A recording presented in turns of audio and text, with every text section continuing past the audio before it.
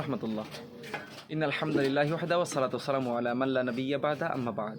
দূরে এবং কাছের দেশ এবং প্রবাসের যেখান থেকে দেখছেন সকলের প্রতি আন্তরিক সালাম, আসসালামু আলাইকুম রহমতুল্লাহ।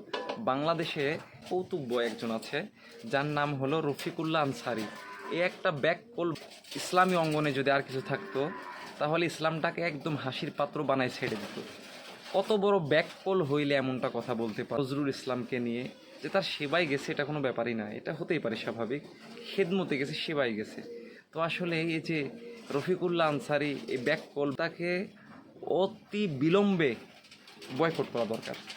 কওমি ঘটনা সহ একে বয়কট করা দরকার, কেননা কওমি বিষয়ে অনেকগুলো তার কথা ইদানিং দেখা যাচ্ছে যে সে আমির হামজার মতো মাথাটা তার আওলাই গেছে, কখন কি বলে সে নিজে এটা বুঝে না। তো তার মতো এই সমস্ত আলেম থেকে আমরা সকলে একটু দূরে থাকবো, তাদের কথা থেকে আমরা দূরে থাকবো, তাদের ভিডিওগুলো দেখা থেকে পর্যন্ত আমরা দূরে থাকবো।